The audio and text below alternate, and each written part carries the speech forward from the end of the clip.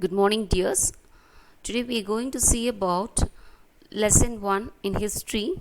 Okay, Vedic culture in North India and megalithic culture in South India. This is the name of the lesson. Okay, so what is megalithic? Means a large stone.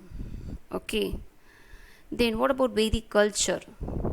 So, any guesses what we are going to see in this lesson? We are going to see about Vedas. Or you think about like that? No, Kana. Okay, we're going to see about in Vedic culture. So, who are lived in Vedic culture and what is the duration? Okay, and the literature and the regions where they lived and the kingdom. Okay, then about the polity and the society, social organization, status of women. Those things we are going to see in the Vedic literature, Vedic culture. Okay, so what is Vedic culture? The first phase of urbanization in India came to an end with the decline of Indus civilization. So a new era called Vedic age begins with the arrival of Aryans. So we are going to say about Vedic age, isn't it? No. So when the Vedic age begins means once the Indus civilization came to an end. Okay, so the urbanization of Indus civilization came to an end. So at that time a new era was started, that is said to be a Vedic age. That is the beginning, the arrival of Aryans is called as Vedic age. Simply we can say like that. Okay, the arrival of Aryans started with a new era that is called as Vedic age. So what is the period of Vedic age? Means 1500 BC to 600 BC. So this is the duration of Vedic age. Okay, so how we are getting the name Vedas means it gets its name from 4 Vedas. Okay, Vedic age, how we are saying that Vedic age means this term is get from the word Vedas. Okay, then who are the Aryans? We are saying that the arrival of Aryans, a new era started, that is called as Vedic age. Who are the Aryans? Let's see. Okay, so Aryans means the people who are speaking Indo-Aryan languages and semi-nomadic pastoralists. Semi-nomadic pastoralist means the people moving from one place to another place. Okay, for rearing cattle. Okay, sheep, cow, goat, etc. Okay, மேய்ச்சலுக்காக ஒரு இடத்த விட்டு இன்னொரு இடத்த போகிறவங்கள தான் என்ன சொல்கிறோம், semi nomadic pastoralist. Okay, so they are speaking Indo-Aryan language. So where they are came from means they came from central Asia. Okay, how they are come to India? So they passed through Hyperpass and they entered into the Hindu Kush mountains to India. Okay, so where they are coming from? From the Central Asia they are coming and they are passed through the Hyperpass. கணவாய்கள் சொல்கிறோம்ல, அதை தான் இங்கே சொல்கிறோம் hype. So hyper கணவாய் வழியாக என்ன பண்ணுறாங்க, உள்ள நுழைஞ்சு and they are entered the Hindu Kush mountain and they are reach the Indian region. Okay, then though cattle rearing was their main occupation, they also practiced slash and burn agriculture even. So what is their main occupation for Aryans? Cattle rearing. Okay, கால்நடைகளை மேய்ச்சல். Then they are also practice the slash and burn agriculture. So means clearing the land by cutting and burning all the trees and plants. Okay, if they are going to move to one place means in that place they will first they cut all the plants and burning all the trees and plants and cultivate for food for their cultivate the plants for food for a short period of time. Then they will move, demolish everything, then they move from another place. Okay, so whatever place they are moving, in that particular place they will clear everything and burn everything, they will cultivate new plants. Okay, and live for that particular place for a short period of time, then they can move to some other place. Before moving they can abolish and everything. Okay, next one, this is the Indian map. In this North India, these regions are occupied by the Aryans. Okay, this is the place where the early Vedic period started. This is the place where the later Vedic period, which means the Aryans spread here and that later they spread here. Okay, the Aryans and their home in India. Aryans of Vedic period was semi-nomadic. Already we know, no? First paragraph. Okay, they are semi-nomadic there, which means they move from one place to another place. Okay, நாடோடி மாதிரி ஒவ்வொரு இடமா போயிட்டே இருப்பாங்க. They are the cattle rearing as the main source. Okay, Then in Rig Vedic times, the Aryan homeland was the Punjab, which was at the time called Sapta Sindhu, the land of seven rivers. So Rig Vedic times, where is the homeland means for Aryan? The Punjab is the homeland for the Aryans. Okay. So at that time, the Punjab is called as Sapta Sindhu, which means the land of seven rivers.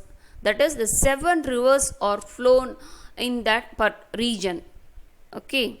So what is the homeland of Orient? Punjab. It is otherwise called as Sapta Sindhu. Around 1000 BC, Aryans in India moved towards the eastward and settled in Indo-Gangetic plains. So nearly 1000 BC time, okay, Aryans moved towards the east. They came from Central Asia and moved towards the East India and settled between the Indo-Gangetic plains. இந்த கங்கை சமவெளி சிந்து கங்கை சமவெளிகளுக்கு இடைப்பட்ட பகுதிகளில் என்ன பண்ணாங்க? They are stayed. Okay. Then they are uses iron axes and ploughs to what? For cultivation. Okay, iron axes and ploughs. Ploughனா என்னது? ஏர் கலப்பை இருக்குல்ல, அதை தான் சொல்கிறோம். Okay. So 4 types of Vedas, Rig, Yajur, Sama and Atharva Vedas are started during their period, later Vedic period only. Okay. Then sources, Vedic literature. Vedic literature is classified into 2 broad categories, Shrutis and Smritis. Okay. Shrutis and Smritis. What is Shrutish means? It comprises of 4 Vedas, but they are given only 3 Vedas in your book, Brahmanas, Aryangas and Upanishad. These are the 3 Vedas.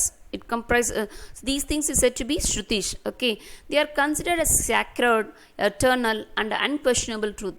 Sacred means holy thing. Okay, and eternal means it is constant. Okay, then unquestionable truth means blankly we have to accept it. The people who are lived in that during the Vedic literature, okay, what are the things said in the Shrutis? The people who followed that literature or who studied, they blankly accept whatever they saying. Okay. Shruti means listening ones that were transmitted orally through generations. So these teachings was preached through oral session only. Okay, not in written format. Then Smritis, a body of text containing teaching on religions. So what is means Smriti means? It is a teaching of religion. It contains of text, that is, which means written format. Shruti is in oral format only. Okay, but Smriti is in written format.